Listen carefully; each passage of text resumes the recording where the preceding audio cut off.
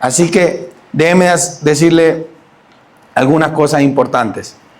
Si usted está pasando tribulación, si usted pasa tribulación, me encantaría decirle, hermano, que eso es pasajero, que ya va a pasar y que va a tener una buena vida, una vida feliz. Me encantaría, porque sé que eso agrada. Todos queremos escuchar buenas noticias. Pero la verdad es que las tribulaciones son propias de esta vida. Pero esas tribulaciones tienen un objetivo, un propósito para la vida de los cristianos.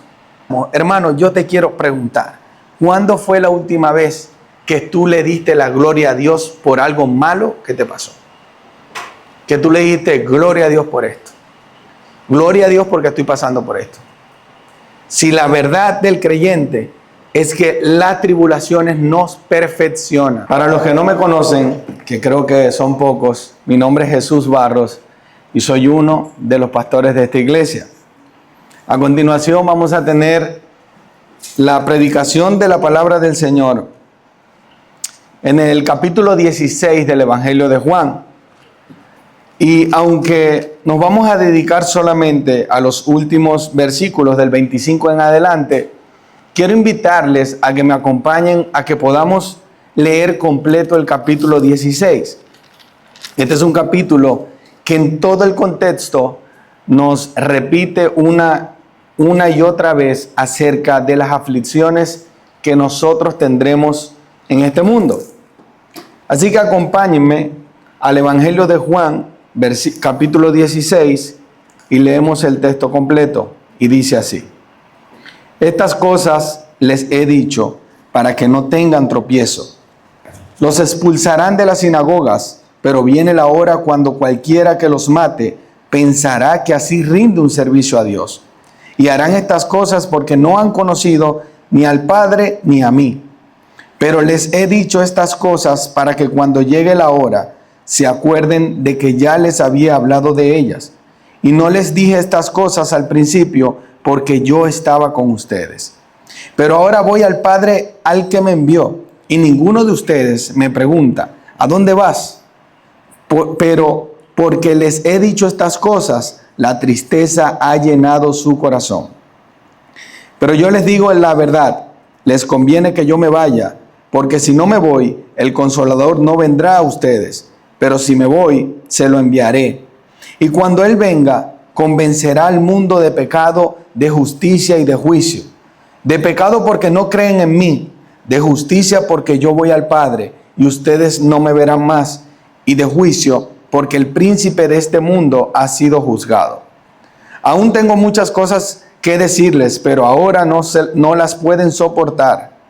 Pero cuando Él, el Espíritu de verdad, venga, los guiará a toda verdad, porque no hablará por su propia cuenta, sino que hablará todo lo que oiga y les hará saber lo que habrá de venir. Él me glorificará porque tomará de lo mío y se lo dará a saber a ustedes. Todo lo que tiene el Padre es mío. Por eso dije que Él toma de lo mío y se lo hará saber a ustedes. Un poco más y ya no me verán, y de nuevo un poco y me verán. Entonces algunos de sus discípulos se decían unos a otros, ¿qué es esto que nos dice? Un poco más y no me verán, y de nuevo un poco más y me verán. ¿Y por qué yo voy al Padre? Por eso decían, ¿qué es esto que dice? Un poco, no sabemos de qué habla. Jesús sabía que querían preguntarle y les dijo, ¿están discutiendo entre ustedes sobre esto? Porque dije, un poco más y no me verán, y de nuevo un poco y me verán. En verdad les digo, que llorarán y se lamentarán, pero el mundo se alegrará. Ustedes estarán tristes, pero su tristeza se convertirá en alegría. Cuando la mujer está para dar a luz, tiene aflicción, porque ha llegado su hora. Pero cuando da a luz al niño, ya no se acuerda de la angustia, porque la alegría de que un niño haya nacido en el mundo, por la alegría de que un niño haya nacido en el mundo. Por tanto, ahora ustedes tienen también aflicción, pero yo los veré otra vez, y su corazón se alegrará, y nadie les quitará su gozo. En aquel día no me preguntarán nada. En verdad les digo, que si piden algo al Padre en mi nombre, Él se lo dará. Hasta ahora nada han pedido en mi nombre. Pidan y recibirán, para que su gozo sea completo. Estas cosas les he hablado en lenguaje figurado. Viene el tiempo cuando no les hablaré más en lenguaje figurado, sino que les hablaré del Padre claramente. En ese día pedirán en mi nombre, y no les digo yo que yo rogaré al Padre por ustedes, pues el Padre mismo los ama, porque ustedes me han amado y han creído que yo salí del Padre. Salí del Padre y he venido al mundo. De nuevo dejé el mundo y voy al Padre. Sus discípulos le dijeron: ahora hablas claramente y no usas lenguaje figurado. Ahora entendemos que tú sabes todas las cosas y no necesitas que nadie te pregunte. Por esto creemos que tú viniste de Dios. Y Jesús les respondió: ahora creen. Miren, la hora viene y ya ha llegado, en que serán esparcidos cada uno por su lado y me dejarán solo. Y sin embargo no estoy solo, porque el Padre está conmigo. Estas cosas les he hablado para que en mí tengan paz. En el mundo tienen tribulación, pero confíen, yo he vencido al mundo. Acompáñenme a orar. Padre, te damos gracias por tu inmenso amor y por tu inmensa misericordia. Gracias, Padre, te damos porque tú eres bueno, porque tú eres fiel, porque tú has dicho con tu palabra que es firme, que es eterna, que se cumple, que en el mundo tendremos aflicciones, pero tú has vencido al mundo. Señor, gracias, Señor, por este tiempo, por esta reunión de la Iglesia Revive. Y te pedimos, Padre, que nos ayudes a nosotros, seres imperfectos, a predicar tu perfecta palabra. Y a los hermanos que nos acompañan y que escuchan, a que puedan ser redarguidos por el poder del Espíritu Santo de pecado, de juicio y de justicia. Te amamos, Señor, te glorificamos y te damos gracias en el nombre de Jesús. Amén y amén. Hermanos, hoy vamos a considerar los últimos 7 versículos del texto del Evangelio de Juan, capítulo 16. Pero antes de empezar, aquí quisiera darles un poco de contexto, lo que estaba pasando antes de llegar a estas últimas palabras que el Señor tiene en el versículo 16. Porque son unas palabras que hacen como una especie de clic en la mente de los discípulos. Ellos escuchaban a Jesús hablar mucho en lenguaje figurado, en parábolas, y hay algunos que entendían el mensaje del Señor, pero otros que no entendían qué quería decir. Y el Señor aquí les habló tan claramente de quién Él era, que ellos no respondieron, y vamos a ver más adelante que inclusive le respondió las preguntas que ellos todavía no se habían atrevido a decir. Miren, hermanos, hay un escritor, Matthew Henry, que dice que un buen maestro responde lo que se le pregunta, pero ninguno puede responder lo que no se le pregunta, y eso solamente lo puede hacer el Señor. Así que quiero que me acompañen para que consideremos estos versículos en 3 puntos claves y claros que representan el corazón del Evangelio y lo que nosotros vivimos como cristianos. Primero, el acceso directo que nosotros tenemos con el Padre, acceso directo al Señor. Segundo, el pleno conocimiento que tenemos del Señor por resultado de tener el acceso directo con Él.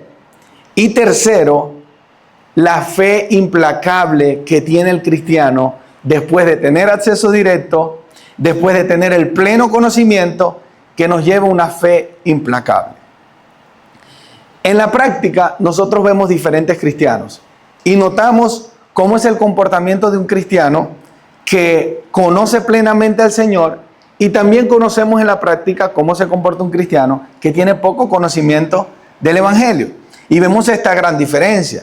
Algunos cristianos que dedican su vida a glorificar al Señor y otros que están como una especie de la mitad, que no son completamente creyentes, que aman al Señor, que se entregan su vida y que expresan con sus obras que aman al Señor, pero están ahí en la mitad, pero sí conocen que Dios es real, sí saben que Dios existe, no tienen, digamos, este compromiso psicológico de pensar, ¿será que existe el Señor? ¿Será que hay duda? Déjenme investigar un poco más, pero van en la iglesia por si acaso existe. Si existe, por lo menos yo voy a la iglesia.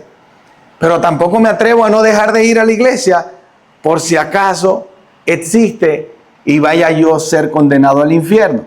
Entonces, hay diferentes, digamos, de puntos de conocimiento del ser humano. Pero aquí tenemos una gran respuesta del Señor que empieza en los primeros versículos 25 al 28, donde Él hace una declaración que les hace un clic a los apóstoles para que ellos puedan entender plenamente quién era Jesús. Ya Él les había dicho que Él era el Dios, ya les había dicho que había venido del Padre, pero aquí ellos lo entienden a tan claridad que no se atreven a preguntarle, porque Jesús les respondió lo que ellos no le habían preguntado. Y acompáñenme a leer el versículo 25, dice así: estas cosas les he hablado en lenguaje figurado. Viene el tiempo cuando no les hablaré más en lenguaje figurado, sino que les hablaré del Padre claramente. En ese día pedirán en mi nombre ustedes, pues el Padre mismo En ese día pedirán en mi nombre. Yo no les digo que yo rogaré al Padre por ustedes, pues el Padre mismo los ama, porque ustedes me han amado y han creído, y aquí viene la frase clave, que yo salí del Padre. Versículo 28, salí del Padre y he venido al mundo. De nuevo, dejo al mundo y me voy al Padre. Usted ve esto, y si usted es de los que lee la palabra del Señor rápidamente, yo le aseguro que es muy difícil que podamos entender esto. ¿Cómo es que salió del Padre y cómo es que ahora regresa al Padre? Y mucho menos antes de que Jesús haya muerto y resucitado. ¿Cómo podían entender los apóstoles esto que estaba diciendo?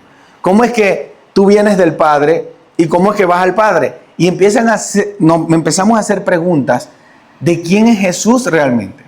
¿Cómo es Jesús de este lado de la eternidad? ¿Cómo Jesús, que es eterno, puede hacerse verbo, cuerpo, habitar un cuerpo como el que usted y yo tenemos esta mañana, igual, y caminar entre nosotros? ¿Y cómo ellos podían entenderlo en este momento? Era muy difícil. Para nosotros es bien fácil. Ya tenemos 2000 años de teología, de libros escritos, de seminarios que nos explican estas cosas. Pero los apóstoles los entendieron porque el Señor estaba hablándoles ya claramente para que ellos pudieran comprender este gran misterio que todavía estamos debatiendo, cuáles son las afirmaciones más claras que tienen que ver con la Trinidad del Padre. Así que permítanme explicar brevemente este versículo, esta parte última del versículo 27, donde Jesús dice que Él salió del Padre y después dice, salí del Padre y he venido al mundo, de nuevo dejo el mundo y voy al Padre. Como ustedes sabrán, Jesús no nació hace 2000 años de manera histórica eterna. Jesús nació, el Verbo hecho carne, la segunda persona de la Trinidad, nació hace 2000 años en un cuerpo como el de nosotros. Pero Jesús ya preexistía antes de que Él haya nacido. Y esto, créame, usted dice, ya lo conozco, pero hay muchos hermanos que todavía no han conocido este misterio. Y cuando lo conocen se maravillan, y usted no se va a dejar de maravillar, cómo es que Jesús ya existía conjuntamente con el Padre y con el Espíritu Santo. La Trinidad, recuerde esto, es eterna. Las tres personas de la Trinidad son tres personas, pero es un solo Dios. No se pueden confundir, el Padre no es el Hijo no es el Espíritu Santo, pero son un solo Dios en tres personas. Y estas tres personas comparten algo, que es la sustancia. Las tres personas son de la misma sustancia, las tres personas. Sin embargo, cuando Adán pecó allá en el Edén, y muchos hermanos ya conocen esta parte de la historia, la más conocida, Adán peca representando a todos los seres humanos, a todos nosotros. Una de estas tres personas dijo que tenía que venir al mundo para salvar al mundo de pecado. ¿Y por qué? Porque era necesario que el mismo Dios se encarnara para salvar. Porque era necesario que el Señor se tenía que encarnar para poder salvarnos del juicio eterno. Y fíjense bien, Le voy a resumir años y mucho tiempo de estudio que usted tiene que hacer en unas pocas frases para que se entienda. Cuando Abraham peca, Abraham está representando a toda la especie humana. A todos nosotros nos representa. No piense usted que si usted hubiese estado en la posición de Adán, usted no hubiese pecado. Todos hubiésemos pecado porque lamentablemente eso así responde el ser humano y así respondió desde el principio. Porque cayó en la tentación de Satanás. Recuerden una historia, no poesía, donde Satanás en forma de serpiente hace caer a Adán porque lo tienta con algo que el humano puede ser tentado. Y aunque él tenía la posibilidad que usted y yo no tenemos de no pecar, él decide pecar. A pesar de que ve a Dios, él hablaba con Dios. La relación de Adán con Dios es la relación que nosotros vamos a tener algún día cuando vamos al cielo. Adán y Dios se veían cara a cara y hablaban cara a cara.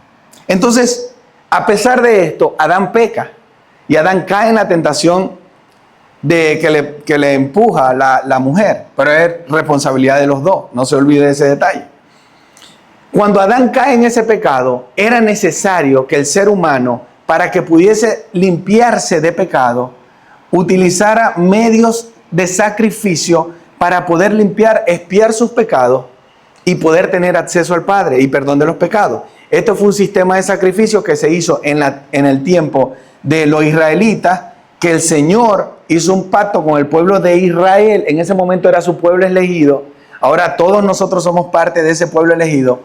Y les dio ciertas directrices para que ellos pudieran limpiarse de pecado. Utilizaban animales, cabritos, paloma, todo tipo de animales que específicamente Dios le había dicho a Moisés para que ellos pudieran expiar sus pecados. Ahora, había algo que iba a pasar muchos años después, y era que el Señor no quería que ese velo, ese distanciamiento del Dios Todopoderoso siguiera en toda la historia humana. El Señor quería acercarse al ser humano y había una sola manera de hacerlo, y era que hubiera un sacrificio suficiente para expiar los pecados de toda la humanidad que crean y pongan su fe en Jesús. Ahora, la pregunta sería, ¿quién podría hacer ese sacrificio? ¿Qué sacrificio? ¿Qué ser humano cumplía las características para poder expiar el sacrificio que satisfaciera la ira de Dios, la justicia de Dios? ¿Qué ser humano podría cumplir con esto? Y nos miramos así todos nosotros, y si todos nosotros nos metemos en una licuadora, nos mezclamos y sacamos lo mejor de nosotros, no pudiéramos satisfacer un poquito de toda la ira de Dios que está destinada para todo el que no cree en Él. Pero sí había uno.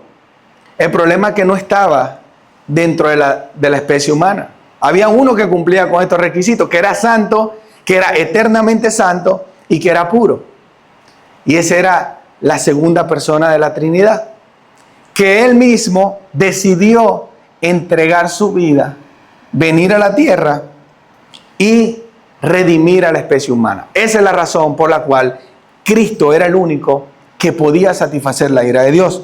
Permítame utilizar palabras de Atanasio. Atanasio es uno de los padres de la iglesia del siglo IV, que defendió mucho la doctrina de la Trinidad contra algunas herejías. Pero fíjense la lógica que él tiene acerca de por qué Jesús era el que tenía que venir al mundo y satisfacer la ira del Señor. Él dice de esta manera: hablemos primeramente de la creación del universo y de su creador, Dios, para que de este modo se pueda observar adecuadamente que la renovación de la creación fue realizada por el Verbo que la había creado en un principio, pues no aparecerá en absoluto como contradictorio si el Padre operó su salvación a través del mismo por quien la creó. Ustedes conocen que la palabra nos enseña que el Verbo fue el objeto de amor que Dios el Padre utilizó para crear el universo a través de Él. Todas las cosas fueron hechas por Él y para Él, a través de Él, de Cristo. Entonces no tendría sentido que utilizáramos al mismo Cristo para redimir esa creación. Y este es el sentido donde todo nos despierta esta verdad. Ahora volvamos a la escena que estamos estudiando esta mañana. Están los discípulos reunidos y están viendo al Mesías, y ya él se había revelado como Mesías, ya habían visto sus milagros, él ya había dicho que él era Dios, que él era el yo soy, y él aquí le está diciendo que él comparte la sustancia con el Padre. Aquí ellos ni siquiera preguntan, porque el Señor les responde sin que ellos pregunten. Ellos ya entendieron quién tienen al frente, que una hora probablemente, los más estudiosos dicen que 1 hora y unos minutos iba a ser arrestado por causa de esto. Y por este arresto que ya Jesús sabía, es que se vienen los versículos últimos que ya vamos a considerar más adelante. Pero en este momento ya ellos sabían que tenían a alguien que había venido del cielo y que había venido a esta tierra y que les había dado el acceso directo al Padre. No hay otro acceso al Padre. Hermanos, han habido muchos hombres de Dios, muchos santos, muchos hombres que han amado al Mesías. Tenemos en la historia al apóstol Pablo, tenemos a Abraham, a Isaac, a Jacob, tenemos a David, que amó al Señor, tenemos a la Virgen María, que fue madre del Señor. Todas estas personas amaron a Cristo, todos estos amaron al Señor, pero ninguno de estos es el que puede ser acceso de nosotros al Padre. Y hacer esto significa menospreciar el sacrificio que Jesús hizo de venir del cielo, de la gloria a la tierra, para darnos acceso directo al Padre. Eso fue lo que él hizo. Si ustedes creían que Dios era cercano, aquí tienen a un Dios verdaderamente cercano que estaba con los discípulos diciéndole: yo soy el Dios, yo soy. Hebreos 4:14 afirma esta verdad. Teniendo pues un gran sumo sacerdote que trascendió los cielos, Jesús, el Hijo de Dios, retengamos nuestra confesión, porque no tenemos un sumo sacerdote que no pueda compadecerse de nuestras flaquezas, sino uno que ha sido tentado en todo, como nosotros, pero sin pecado. Por tanto, acerquémonos con confianza al trono de la gracia, para que recibamos misericordia y hallemos gracia para la ayuda oportuna. Hebreos está diciendo que tenemos un sumo sacerdote. Ya no tiene que santificarse un sacerdote por 7 días, arrastrarse por el piso, que esta era la manera de poder tener acceso a Dios. Ahora tenemos un sumo sacerdote que vino a la tierra y que usted se puede acercar confiadamente. Usted no tiene que hacer peajes o burocracia como usted necesita hacerlo en esta vida. Para todo hay una burocracia. Si usted quiere hablar, ahora también hay pastores que son muy, digamos, exclusivos, que para usted llegar a ellos tiene que hacer una cita y tiene que hablar con el diácono, para el supradiácono y para el obispo. Cristo es el sumo sacerdote, que usted tiene acceso directamente a él. Dios no le habla primero a los pastores que usted. Dios no le habla primero a los líderes que usted. Dios está para todos nosotros por igual. Usted solamente tiene que buscarlo, orar, buscar su presencia, leer su palabra para que usted alcance el pleno conocimiento. Y de esta manera vamos a comprender que la religión superinstitucionalizada es un problema para el cristiano, porque lamentablemente no tiene esa confianza de que cuando usted está en su casa, en donde usted quiera orar, usted cuando esté orando, el Señor Dios, el majestuoso Dios, el innombrable, usted puede orar y Él lo puede escuchar y estar cercano a usted. Ahora, tenemos que utilizar el nombre de Cristo cuando oremos. Y esto no es como fórmula mágica, decir, como muchos hacen cambio y fuera. Dicen: Señor, te damos gracias, te pedimos nada, en el nombre de Jesús, amén. Esto tiene que comprenderse. Jesús fue el sacerdote, el sumo sacerdote, que expió sus pecados, y que cuando nosotros vamos a orarle a Dios, al Padre, el Padre no nos está viendo con nuestro pecado, no nos está viendo con nuestra flaqueza. no está viendo ahí a una Michelle. El Padre, y esto parece algo increíble, pero es lo que la palabra nos enseña, el Padre está viéndonos a través de Cristo, de los méritos de Cristo.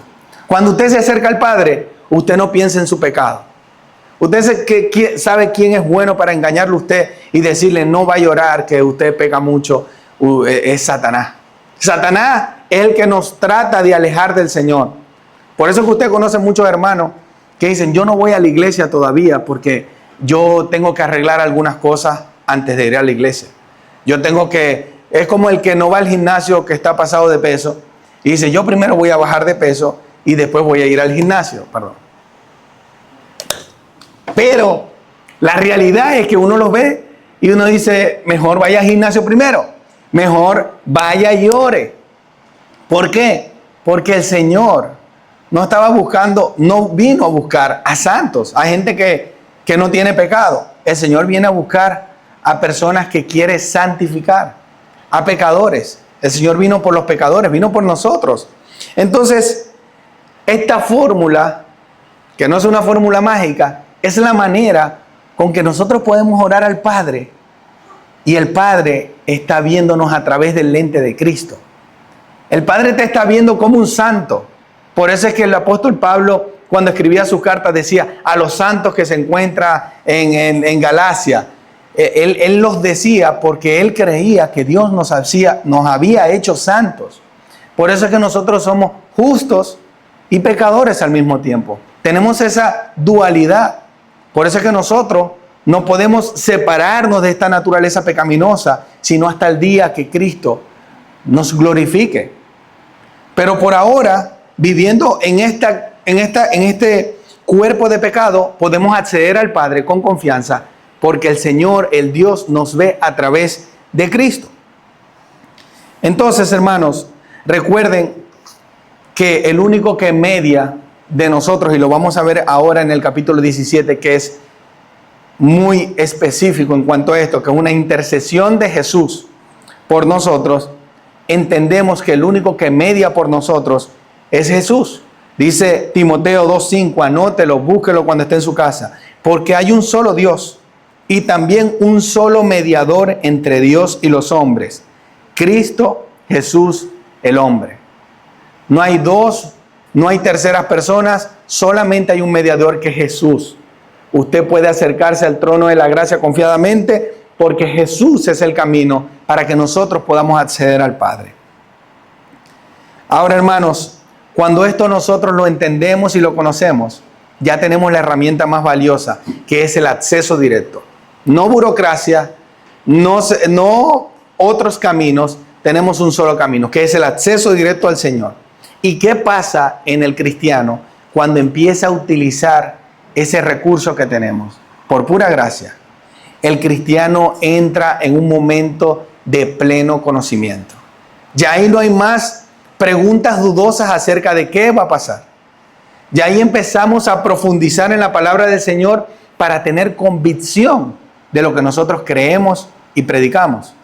Pero ya aquí entramos en un pleno conocimiento de lo que Dios es, de lo que Cristo es y de lo que nosotros como cristianos representamos para el reino. Versículo 29. Miren la respuesta de los discípulos. Sus discípulos le dijeron: ahora hablas claramente y no usas lenguaje figurado. Ahora entendemos que tú sabes todas las cosas y no necesitas que nadie te pregunte. Por esto creemos que tú viniste de Dios.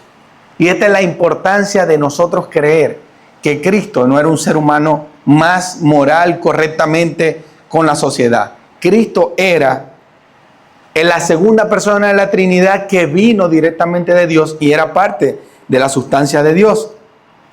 Los discípulos aquí, yo me imagino que tuvieron un descanso de tanto pensar en tantas parábolas y en tantas cosas que el Señor tendría en la cabeza así. De Dios mío, el Señor dijo esto, pero también encontrémonos en el momento que ellos vivían. Ellos no habían visto todo lo que había pasado, todo lo que pasó después. Si ellos hubiesen podido ver la resurrección de Cristo, fuese más fácil comprender todas las cosas. Porque un ser humano no puede resucitar.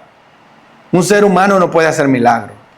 Seguramente usted lamentablemente ha visto estos milagros, pero son más dudosos que son muy dudosos estos milagros que usted ve ahora, supuestos milagros. Usted ve, claro, hemos visto que Dios hace milagros, claro que sí, Dios hace milagros cuando quiere y como quiere. Me estoy refiriendo a estos milagros que tienden a utilizar una publicidad extrema para llamar a nuevas personas, para hacer creer que estos son líderes que pueden sanar, que tienen este don de sanidad. Me estoy refiriendo a esos milagros. Pero no me estoy refiriendo a que Dios sí hace milagros en la vida de nosotros. Y claro que lo puede hacer. Él puede hacer lo que Él quiera. El pastor John MacArthur dice que el planeta es como un lago donde Dios, al poner su dedo, hace que se mueva todo el lago con puras olas, si es posible. Así que el Señor puede hacer lo que sea en la vida de nosotros. Y claro que lo hace. Pero los apóstoles habían visto todos estos milagros y eran parte de responder a la verdad de lo que era el Mesías. Esto es una de las características que clarifica que Jesús era quien decía ser, porque Él resucitó. Y ese fue el mayor milagro, la resurrección de Cristo. Entonces, hermanos, imagínense cómo fue el efecto de los apóstoles después de que Jesús había resucitado. Y esto es lo que nos define el antes y el después de la vida de los apóstoles. Y es que Jesús les dice en el versículo 31, ahora creen, miren, la hora viene y ya ha llegado, que en que serán esparcidos cada uno por su lado y me dejarán solo. Y sin embargo no estoy solo porque el Padre está conmigo. Esta pregunta en el versículo 31 puede tener dos significados. Uno pudiera ser que Él está preguntando, ¿ahora creen? Y antes, cuando veían todos los milagros, no creían. O sea, ustedes estuvieron conmigo 2 años y tanto y no habían creído, pero ahora sí creen que les estoy diciendo que yo vengo del Padre. Ahora, hay otros que interpretan esta pregunta como, ahora creen. Vamos a ver qué va a pasar en unos días cuando yo esté solo con el Padre y sea crucificado. Ya podemos entender lo que está pasando aquí. El Señor les está diciendo, ahora creen. Y ustedes están seguros que creen. Hacía falta algo. Hacía falta la resurrección de Cristo para sellar lo más importante que fue la salvación. Lo más importante es la salvación. El apóstol Pablo lo decía, nosotros podemos tener un evangelio muy bonito, pudimos tener un líder como lo fue Jesús, muy perfecto, pero si Jesús no hubiese resucitado, todo lo que nosotros hacemos es una pérdida de tiempo, en otras palabras. Entonces el Señor les dijo, ahora creen. Yo me voy más porque Él decía que ellos ahora creían porque Él estaba respondiendo a preguntas que ellos ni siquiera le habían hecho. Imagínense que una persona, Dios me guarde, no quiero vivir esa experiencia, que yo me le acerco a una persona para decirle algo o para hacerle una pregunta y la persona no me deje hablar y me responda. Eso no debe ser agradable. A mí no me gustaría encontrarme con una persona así. Entonces, y a veces nosotros lo hacemos con nuestros hijos. Cuando los hijos vienen, ya nosotros sabemos por dónde vienen. Pero es por experiencia, por intuición. Pero imagínense hacerlo con los discípulos que iban con una intención de hacerle tantas preguntas y el Señor les responde todo antes que le pregunte. Entonces después le responde y le dice, ahora creen. Y les advierte de una vez, miren, la hora viene y ya ha llegado, en que serán esparcidos, cada uno por su lado y me dejarán solo. Y ahí está Pedro, imagínense a Pedro diciendo, no, solo no, yo estoy contigo. Pedro siempre muy entusiasta, pero negó al Señor, todos sabemos que negó al Señor 3 veces. Ese fue Pedro. Y Él les advierte que me dejarán solo. Pero Él dice, sin embargo, no estoy solo porque el Padre está conmigo. Estas cosas les he hablado para que en mí tengan paz. En el mundo tienen aflicción, pero confíen, yo he vencido al mundo. El Señor no solamente se está adelantando a que lo van a abandonar, porque ciertamente fue así, sino que también se está adelantando y diciéndole todo lo que van a sufrir ellos después de la ida de Cristo. Cuando realmente los apóstoles empiezan a sufrir, es cuando Cristo muere y resucita. Después de ahí todos esperamos que la historia debe terminar un final feliz. No, ahí viene la tribulación.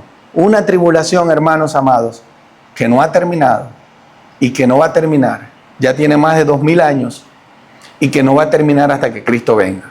Así que déjeme decirle algunas cosas importantes. Si usted está pasando tribulación, si usted pasa tribulación, me encantaría decirle, hermano, que eso es pasajero, que ya va a pasar y que va a tener una buena vida, una vida feliz. Me encantaría porque sé que eso agrada. Todos queremos escuchar buenas noticias. Pero la verdad es que las tribulaciones son propias de esta vida. Pero esas tribulaciones tienen un objetivo, un propósito para la vida de los cristianos. Cuando usted recuerda esas aflicciones que usted ha tenido alguna vez en su vida, han sido parte de su corrección en la vida cristiana. Así que no las mire con dolor. Dele gloria a Dios por esas aflicciones, porque el Señor sabe lo que le va a permitir pasar para el beneficio de usted. Yo he escuchado testimonios de hermanos que en un momento estaban atribulados por una situación y que después dicen: Señor, gracias porque he visto tu gloria a través de eso que yo pasé. Si usted está atribulado por la situación migratoria, que muchos están atribulados por eso, déjeme decirle, usted puede ser que siga atribulado, usted puede ser que siga afligido, pero lo importante es, hermanos, que tenemos una ciudadanía en el cielo, irrevocable. Esa ciudadanía no nos la quitan, esa es una green card perfecta para nuestra eternidad. Usted no va a sufrir más por eso, créame. Pero probablemente en este mundo vamos a tener aflicciones.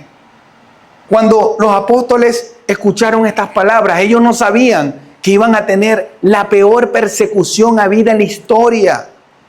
Ellos vivieron la destrucción en el año 70, investigue eso. Ellos fueron asesinados. Juan el Bautista fue asesinado, le cortaron la cabeza por apuntar un pecado. Y Cristo lo vio. Es más, la palabra dice que el mismo Cristo se apartó, sintió luto por la muerte de Juan el Bautista. Entonces, ¿cómo yo puedo decirles, hermanos, que no vamos a tener aflicciones de este lado de la eternidad? ¿Cómo no podemos nosotros vivir esa experiencia que el mismo Cristo vivió? De muerte, de luto. En el mundo tendré aflicciones, pero esto es lo clave del mensaje. Pero confíen, yo he vencido al mundo. El Señor ya venció todos estos problemas que nosotros estamos viviendo ahora y pasó por cada uno de ellos. El Señor ya venció todas las tribulaciones que nosotros pasamos y peor, porque nosotros no vivimos una vida pensando que nos iban a colgar de un madero y nos iban a humillar como humillaron al Señor. Él vivió la vida pensando en eso. Usted cada vez que pasa una tribulación está tranquilo, porque aunque todos nos vamos a morir, ninguno sabe ni cuándo ni cómo. Y vivimos tranquilos. Es más, hay gente que vive como si no fuese a morir. Pero hermanos, Cristo vivió cada segundo de su vida sabiendo que lo iban a crucificar y que iba a sufrir la humillación peor vida en la historia del mundo. Ahora, ¿cómo fue la vida de los apóstoles a pesar de esta persecución y de todo lo que estaban sufriendo? ¿Cómo fue la vida de ellos? Ellos no se preguntaron más nunca nada. Ellos no tuvieron más dudas. Ellos llegaron al pleno conocimiento. Miren las afirmaciones del apóstol Pablo. Y convencido de esto, sé que permaneceré y continuaré con todos ustedes para su regreso, para su progreso y gozo en la fe. Usted no puede encontrar en la vida de los apóstoles, en Hechos, un momento donde ellos estaban dudando. Ellos iban para adelante. Ellos le pedían oración: oren por mí, no haya ser que me maten, pero voy a predicar el evangelio. Oren por mí porque vamos a predicar el evangelio. Esa era la actitud de los apóstoles. Ellos no estaban esquivando las dificultades. Ellos estaban caminando a lo que Dios les había mandado y al conocimiento que tenían de su palabra. Ellos estaban convencidos de que Él era el Cristo y que un día los iba a salvar. Esto le produjo a los apóstoles una fe implacable. Entonces, hermanos, el apóstol Pedro, fíjense lo que decía el apóstol Pedro, después de sufrir, después de negar a Cristo, Primera de Pedro 4:4, a ellos les parece cosa extraña que ustedes ya no corran con ellos en el mismo desenfreno de disolución y por eso los insultan. El apóstol Pedro está hablando de esos cristianos que, renovados por el pleno conocimiento, ya no corrían atrás de las cosas de este mundo, sino que iban en pro al supremo llamamiento, a la meta que el Señor nos llamó. Ya los cristianos de la época tenían un conocimiento de Dios suficiente para seguir a Cristo. Romanos 5:3, el apóstol Pablo lo vuelve a decir, y no solo esto, sino que también nos gloriamos en las tribulaciones, sabiendo que la tribulación produce paciencia. No solamente que van a predicar el evangelio, que van a ir adelante, sino que nos gloriamos. Hermano, yo te quiero preguntar, ¿cuándo fue la última vez que tú le diste la gloria a Dios por algo malo que te pasó? Que tú le dijiste, gloria a Dios por esto. Gloria a Dios porque estoy pasando por esto. Si la verdad del creyente es que las tribulaciones nos perfeccionan, pero algo así, y estoy seguro que usted ha vivido, después de una tribulación, usted sale fuerte. Usted sale diciendo, Dios me ha permitido pasar por esto, y ahora yo sé lo que pasé, lo superé. Entonces, cuando usted ve a otra persona pasando por algo similar, usted dice, eso es una tontería. Eso no es algo de un mal de morir. Ya yo pasé por esto. Tranquila, que vas a estar bien. Porque Dios es bueno y Dios siempre es bueno. El que ha estado en un hospital, en una cama hospitalizado, no se preocupa. ¿Tienes gripe, hermano? Bueno, que te recuperes pronto. Porque ya hemos visto cosas peores. Cuando estamos en la adolescencia, usted ve ahora a los adolescentes que se hacen novios y se separan. Y cuando se separan, pareciera que el mundo se les haya acabado. Y uno los ve después de estar 13 años de matrimonio, otros más, y dicen, eso es una tontería. Hay cosas mucho más importantes en el mundo. Pero a uno se le cierra el mundo cuando está la tribulación. Y no solamente a los jóvenes, también a nosotros, los que estamos más avanzados. Se nos cierra porque no vemos la gloria del Señor. Y no apuntamos a que lo que nos está pasando es algo que nos va a producir la paciencia en Cristo Jesús. Hermanos, y para terminar, tenemos que saber que hay una cosa que nosotros tenemos que tener conciencia en cómo debemos vivir nuestra vida. Miren cómo cierra el apóstol Pablo en Gálatas 6:14. Él dice, pero jamás acontezca que yo me gloríe, sino en la cruz de nuestro Señor Jesucristo, por el cual el mundo ha sido crucificado para mí y yo para el mundo.